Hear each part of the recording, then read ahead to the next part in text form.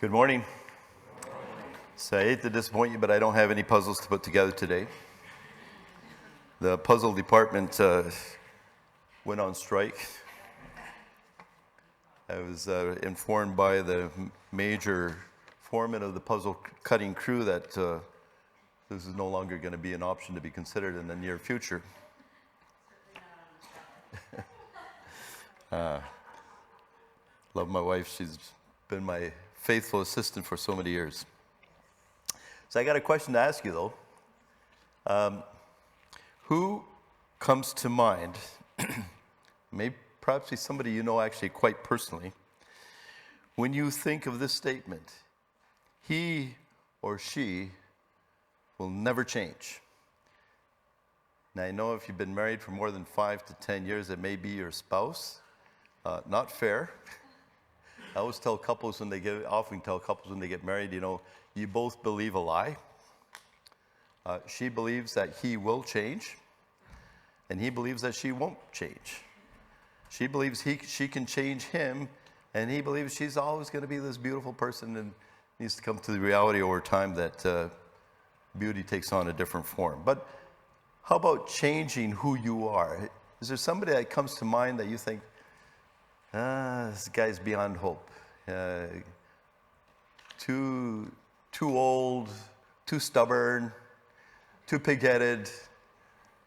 Who comes to mind? Well, let me just talk a little bit about my own personal experience. I received my call to ministry, if you want to call it that, a little bit later in life, or at that time, it seemed later in life. Now I look back and say, well, that was still early years. I was around in my mid-30s. I don't know if I got called later in life or I was just hard of hearing. I think most of us are a little bit hard of hearing. But it was a time after we were kind of sorting out our personal lives and our spiritual lives. And quite honestly, it'd come after a time of doing a lot of wandering in a spiritual desert of my own making. See, I came to Canada at 17, and by 18, I had walked away from my faith, walked away from the church, disillusioned, a little bit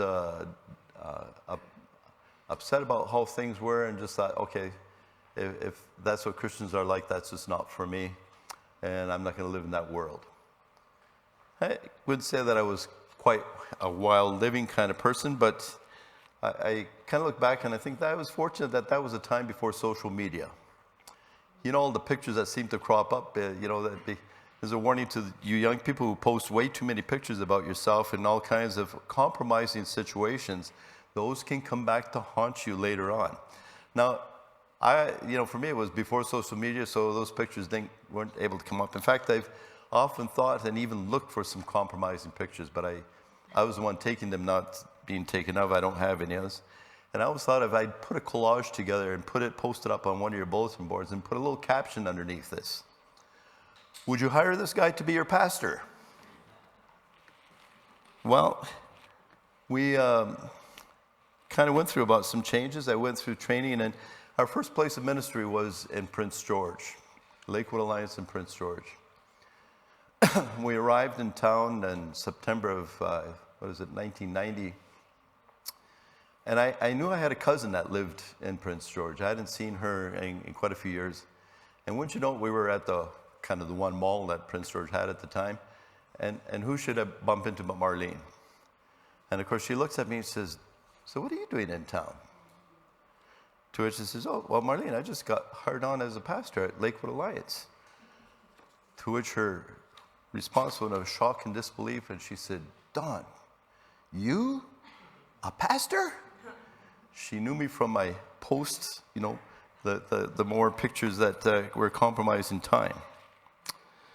Well, the truth is, who you see today is the end result of a long journey of transformation of God's work in my life. It's a journey I'm still on and will probably be on for the rest of my life. I've not always been who and what I am today. And if God is at work in your life, you today is not the you of yesterday, nor the you of tomorrow. You can be transformed as well. So turn to the person next to you right now and just say, if God can transform Dawn, he can transform you too. Go ahead.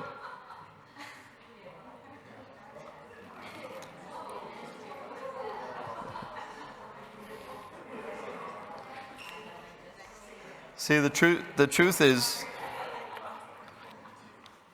nobody is beyond being transformed by the power of God at work in their lives, regardless of how much beyond change they are and anyone else's expectations of being able to change. By the way, my past will be forever sealed. You can ask Diana for some things, but she has to come home with me. But today we're going to look at the story of a transformation of an individual who in his day, nobody, absolutely nobody, including those who were fully devoted followers of Jesus, would have believed that any kind of change was likely or possible. In fact, if any one of those believers, or any one of those followers of Jesus would have been asked, would you hire this guy as your pastor? After they picked themselves off the ground from laughing so hard at you, they would think, that's just a stupid question to ask in the first place. So we're talking about an individual who we know more commonly as Paul, but who we first meet in Acts as Saul. I'm going to talk a little bit more about the difference in those two names in a little while. But Saul's transformation is told, at least at the beginning of the story of transformation, because it continued throughout his life, in Acts chapter 9, which we are at in our study through the book of Acts right now. It is without question one of the most important stories that Luke tells in there, and he's careful to record it 3 times throughout the book of Acts. And this first time, he narrates it himself as a narrator of the event that takes place. But later on, towards the end of the book of Acts, we find that Paul tells his own story as his own personal story. By the way, when we have a Sunday where we want to hear your stories, these are the kind of stories we want to hear. How is God transforming your life? How is he at work in and through your life? It's a little bit worrisome when nobody has a story to tell. Luke's account was read for us here. But to get the full context, we need to go back to the end of chapter 7 and the beginning and at the very first part of chapter 8. See, chapter 8, which we looked at last time, not last Sunday, but the last time we spoke on Acts, ends with Philip traveling about, talking to anyone and everyone about Jesus, and ultimately reaching a city of Caesarea, which is about 135 miles, about 120 kilometers northwest from Jerusalem on the Mediterranean coast. Now, sometime, we're not exactly sure how much has passed since he and others have fled from Jerusalem, being scattered about following the death of Stephen and the subsequent persecution that breaks out as narrated by Luke at the beginning of chapter 8.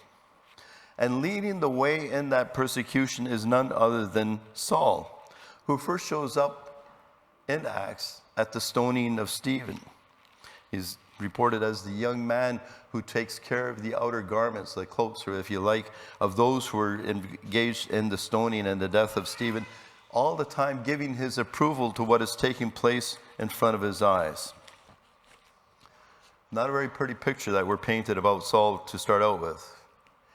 He seems like a mean-spirited religious zealot who believed his calling was to stop the Christian movement. I want to stop there and wonder sometimes if the caricature of some Christians out in the world today is something like that, about mean-spirited religious zealots. Keep that in mind. Saul's not finished yet, though. He's not content to chase all the Christians out of town, to see the followers of Jesus leave town and scatter around. He proceeds to go in a hot pursuit of them. And that's where Luke picks up the story of Saul again at the beginning of chapter 9 of Acts, as was already read.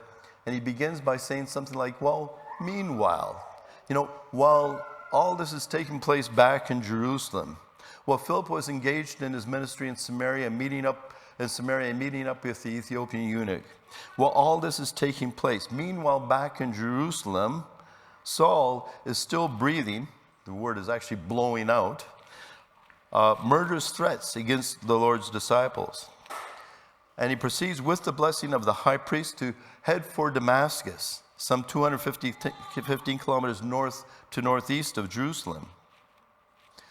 It's curious his choice of Damascus to be the place where he heads for. And I think we have a glimpse here of Paul the strategizer, something that became one of his gifts and his huge, tremendous abilities as he began to take the gospel, the good news of Jesus, to far and wide into different places where he would target major cities and go there first. And so he heads for Damascus. Now Damascus is this quite an important city on the main route, the main commercial route between Egypt and Mesopotamia. It was kind of like a commercial gateway with a sizable number of Jews living there. And I think very likely Paul's intention was to go there, to head there, to cut off at the pass, so to speak, these followers of Jesus, to keep them from breaking out and taking their sect or their heresy that he would have thought it was to other places and infecting other Jews who lived in the borders beyond throughout the Roman Empire. He had as his goal to stop this movement dead in its tracks, literally dead in its tracks, and to keep it contained within the boundaries of Israel and to keep it from going out of there. But as he approaches his destination on this mission, just outside of the city of Damascus, he has an unexpected encounter that will forever change his life. Luke's account, what happened here, has already been read, but so I won't reread it, but it would take some time to we want to take a closer look at it and discover what we can learn from Saul's experience of transformation that takes place through this event that can be a common factor in all our experience of transformation, our experience, the experiences of others. Perhaps not exactly the same way. The way it happened is different for each person, but in principle, some of the same things need to take place and do take place in our lives as we begin to experience God's transforming work in our hearts and in our lives. My hope here is as we look at Paul's story of transformation, each one of us can see how God can and perhaps already is at work transforming us. Now again, each one of us has or will have our own unique experience, our own unique story of how that takes place. What events are significant in the process that create that crisis that leads to that? Moses had his burning bush. We have no other record of anybody having a burning bush experience. Jacob meets this mysterious person in the middle of the night and wrestles with him. And it turns out he really is wrestling with the angel of God, a messenger from God. I don't know. I've never had that experience. Saul has his Damascus Road experience. And we have similar experiences that caught us up short, but they aren't exactly the same. So we need to understand that everybody's story of how God grabs a hold of our lives is unique to you. It depends on what is holding you back. Because I guarantee you, whatever in your life stands in the way of God's work in your life will be the very point that God takes you on. And if that is something that you are really stubborn on, the more stubborn we are, I can speak of this from personal experience, the harder the crisis, the tougher the crisis that we face along the way. But invariably, it also takes more than one experience. This whole process of transformation often is a series of crises that take place that lead us into some of the experiences that we're going to talk about here in a minute, followed by a process of God's work in our lives and helping it, bringing about His transformation. But regardless of what shape that experience takes, it invariably involves what I could call, and others refer to as, I would say, an earthquake experience. An earthquake experience that forever alters the landscape of your life. I lived in a country that had seasonal and sometimes some pretty heavy earthquakes. And you could see how the landscape was totally changed sometimes by some pretty serious earthquakes. One of my last tours of duty and driving a tour charter bus was an Alaska tour, and I rode was up in Anchorage. And back in the 60s, there was a pretty significant earthquake that hit Alaska. And there's one place where the street that used to go straight through like this, when you get to the other side, the street on the next block has moved at least 6 feet over. There's all kinds of things in it. We have these earthquake experiences that alter the landscape of our lives. They are disruptive. Sometimes quite violently and quite suddenly they appear in our lives. They cause us to call into question everything or most everything that we have valued or once held as the major tenets of our lives. The things that you maybe have built your life around. Not necessarily bad things, they can be good things, but the things that have taken precedence in your life and been your priorities. One moment you are pursuing life the way you want it to be, perhaps even believing that this is the life that God intends for you. That's how Paul worked. And the next moment, something happens that causes all of that to crumble and fall apart.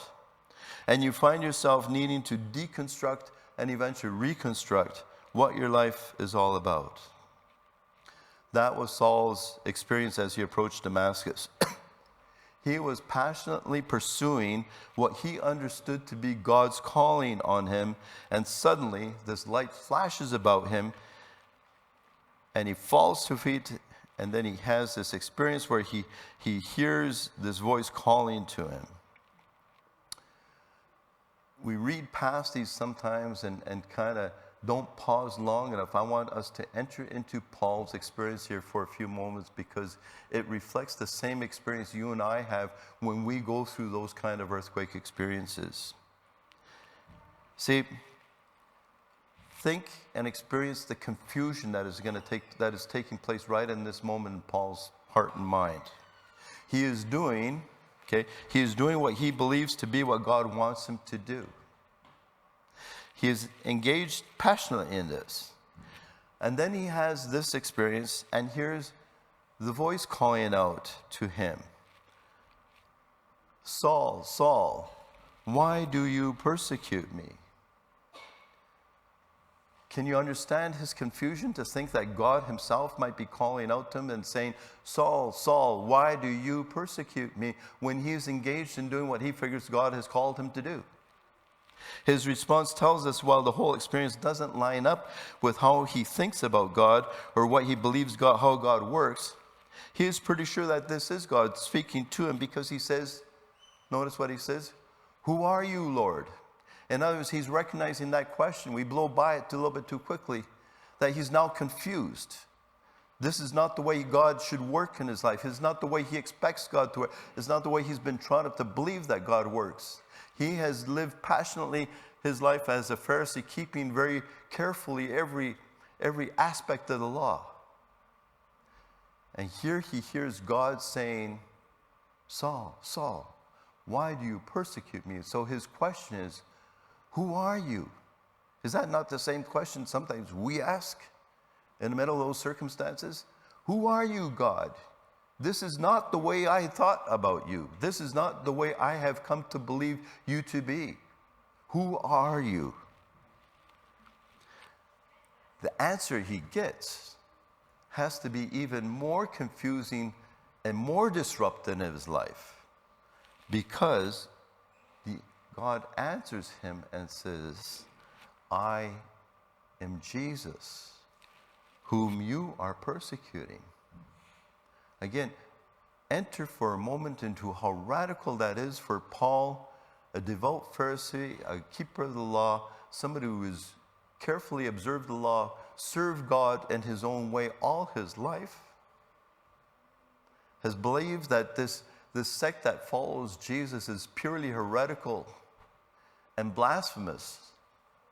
And then he hears a voice that he identifies as God speaking into his life, saying, I am Jesus, whom you are persecuting.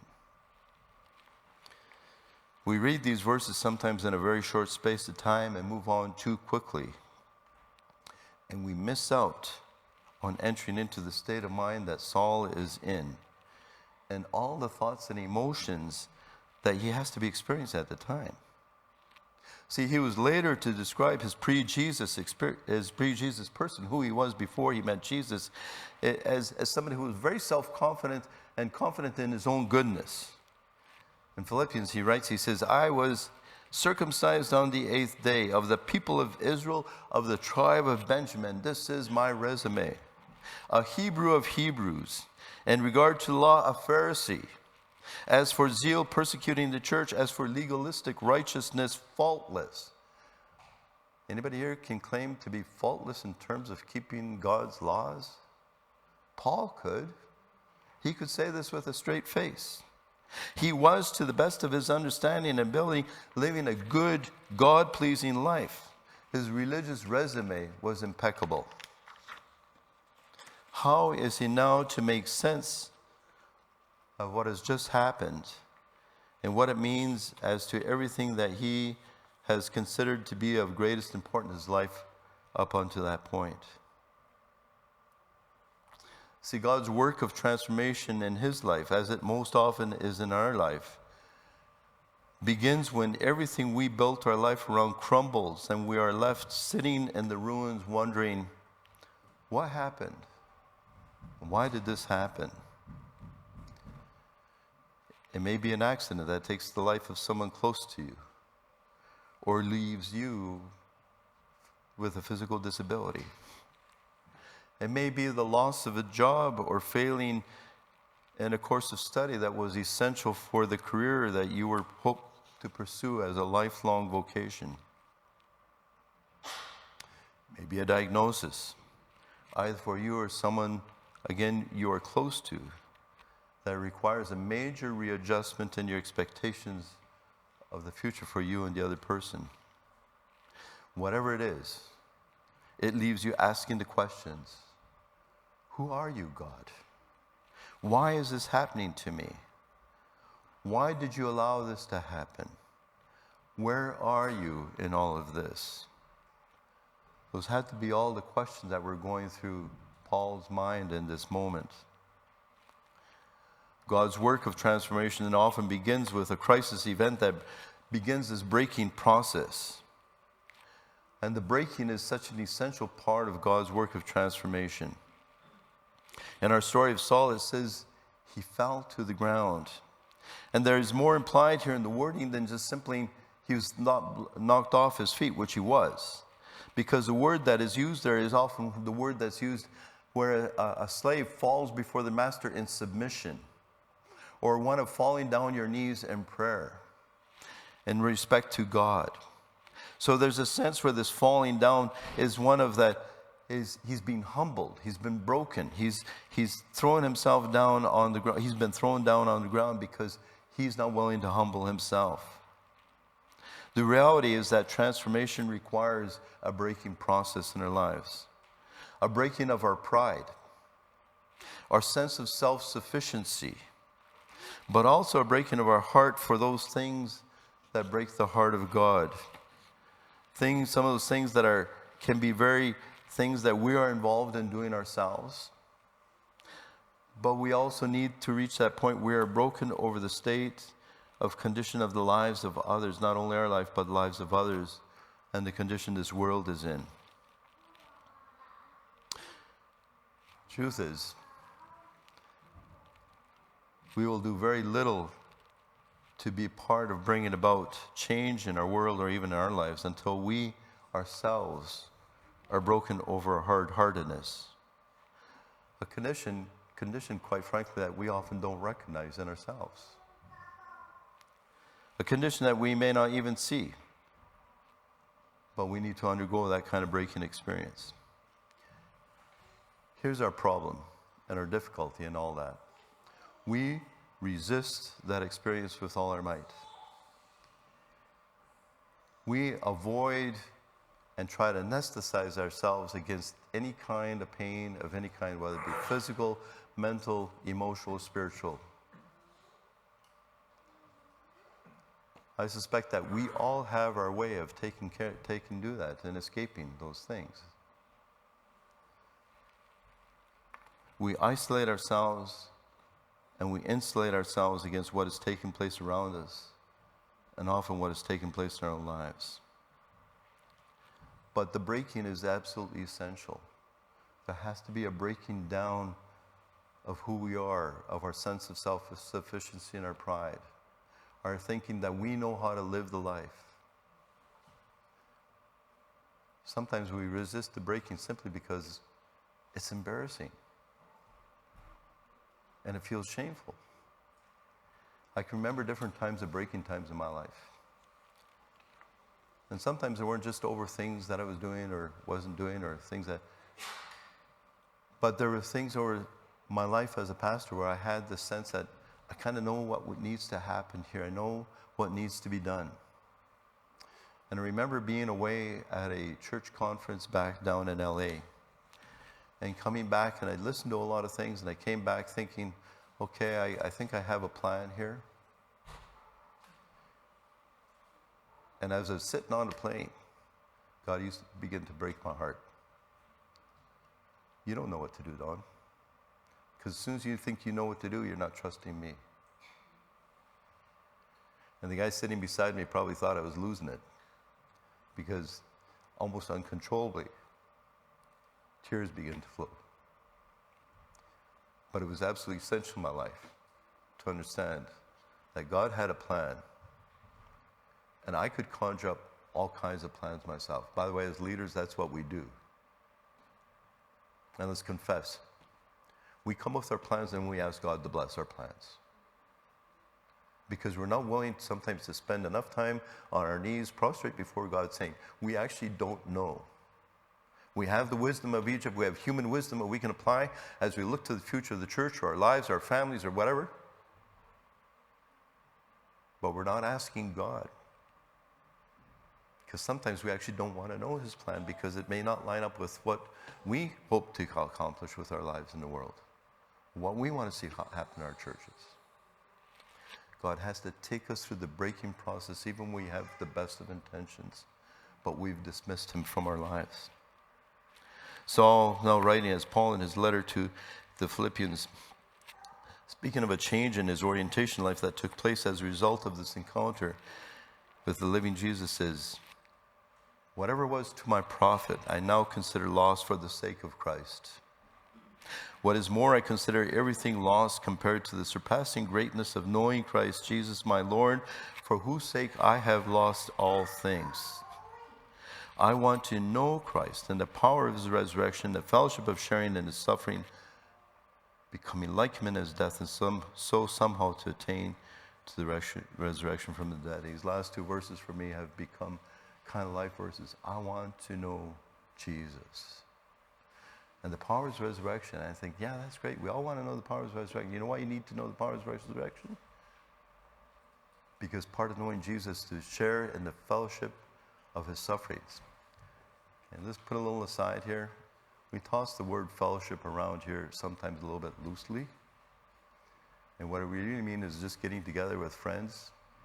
Or what I like to say, sometimes we think of fellowship as food and fun with friends. It's not a biblical definition of friendship, of fellowship. Biblical fellowship is a partnership in a common cause. And when Paul says, I want to experience the fellowship of sharing his sufferings, he says, I want to be a partner in his cause, and for that to happen, I need to be broken and experience his same suffering for what breaks the heart of God. We will never reach the point of being willing to suffer for Jesus until we begin to experience what it means to suffer with him over the brokenness that is not only in our own lives, but in the lives of others. We will not move off and set ourselves. We may contribute to a lot of good causes, but let me say, to get involved in God's work and roll up your sleeves, there has to be a brokenness that takes place in your life. By the way, let me put in a plug for short-term mission trips. That's why you need to take some vacation time, and forget going to an all-inclusive hotel where you just kind of sun out on the beach and don't see anything. And you go someplace where you experience the brokenness of people's lives. And your heart is broken, and you'll never be the same after that. The process of transformation is not just a private one, though. It also involves the input of others that God brings into our lives. And so God tells Saul, now get up, Go into the city, and you will be told what you must do. Imagine Paul saying, somebody's going to come and tell me what to do.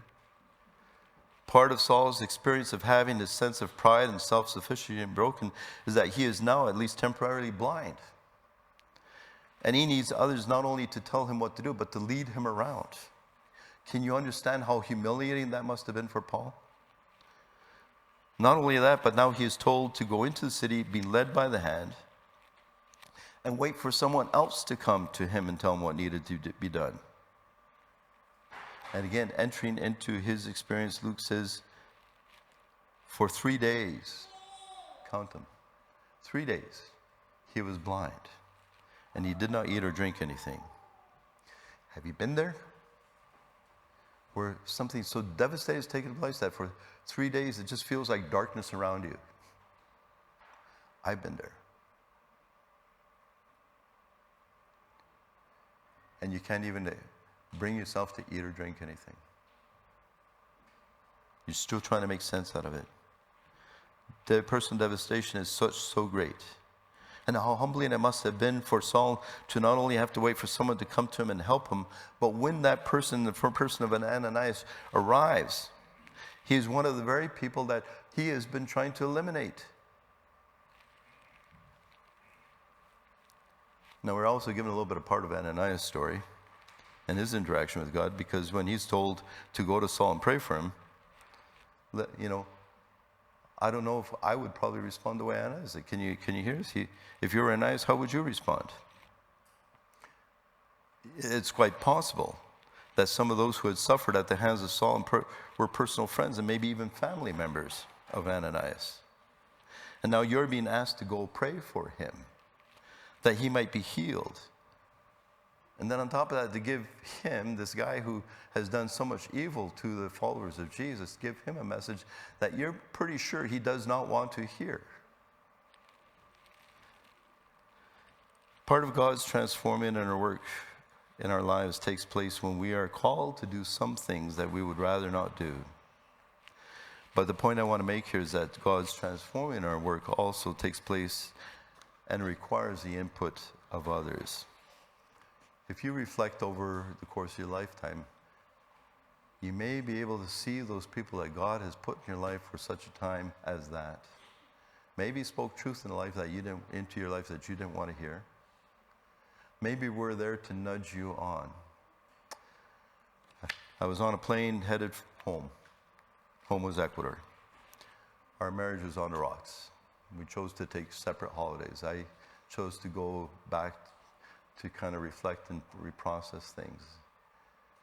I was far from God. I don't think God was far from me, but I was far from him. I got on this plane. I was flying to Toronto. I had a stopover and landed in Winnipeg and then on. And you know how it is. You got 3 seats and you're hoping that middle seat, I love the window seat. You're hoping nobody sits in that middle seat. My luck, this guy plunks himself down in the middle seat. And worse yet, he wants to talk with me, okay? Like, I'm an introvert, I'm a loner, I don't want to talk to anybody. But it even got worse after that, because he identifies himself as a youth evangelist. And I'm thinking, of all the rotten luck, I got to sit beside this Bible thumper here. I was downright rude. I mean, I kind of says, I don't believe in that stuff anymore. I'm at best an agnostic. I don't really care what you have to say. Now, he was getting off in Winnipeg, for which I was very thankful. But before he gets off, he says, Don, he said, I'd like to leave a book for you to read. If you promise me you'll read it. To which I said, okay, I got overnight in Toronto. I love books. Yeah, I'll try. I'll give it a shot. So he gave me a book, and I got to Toronto. I went to the bar, got a beer, tried to read the book. It didn't make sense. I put it away, stuck it away in my suitcase, forgot about it. Till probably about a year later. And God was already beginning to work in my heart. And I pulled the book out, and it was a book by a Christian philosopher called Os Guinness, maybe you know him. The book was on the subject of doubting, called In Two Minds. And the book became instrumental for leading me back onto the right path. I'm just saying, Sometimes the seeds that you plant in ground that you think, this guy's not hopeless. I wouldn't have blamed him for that. And I remember him signing the book, and I looked in the book, and I'm like, who was that guy? Now, most are too young to remember this, but his name was Terry Winters. He was a youth evangelist. Long story short, the epilogue to the story is I met up with him a couple of times more. I went to a fundraiser by him, and I was walking out the door, and I stuck up my hand, and I says, you probably don't remember. To which he said, on a plane from Vancouver to Winnipeg. To which I thought, I must have been really rude. I had the privilege of working with him in a project in Prince George, and it was a great privilege to do that. God puts people in our lives. He wants to put you in somebody else's life too, where you can be part of his transforming work in somebody else's life. What we're told in Acts 9 is only the beginning of Paul's story. It was for him a lifelong process. He became God's instrument to reaching into the Gentiles, into the non-Jews, which is why he chose to go by the name of Paul. He didn't change his name, by the way. This, I'm sure, I know is the experience of some of you who have a Chinese name as well as an English name. And so Paul was given, at birth, was given the name Saul because that was his Hebrew name. And then because he was part of the Roman Empire and his family was prominent in the city of Tarsus, he was also given a Roman name, which is Paul.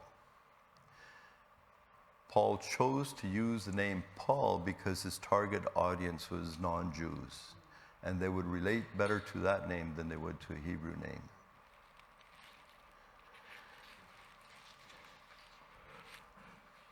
How about you? What is your story of transformation? Do you have one?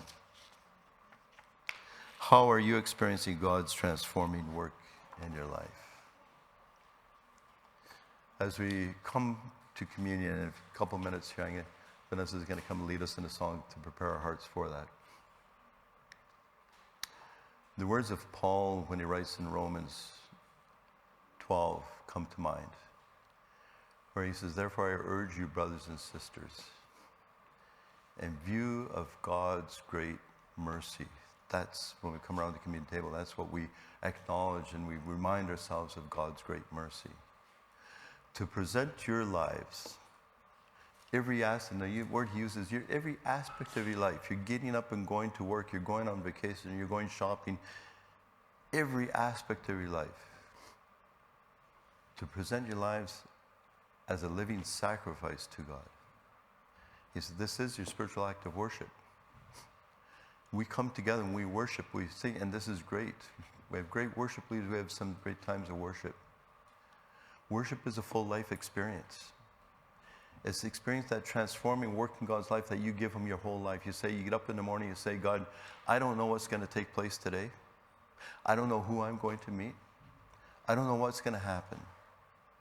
But may I represent you.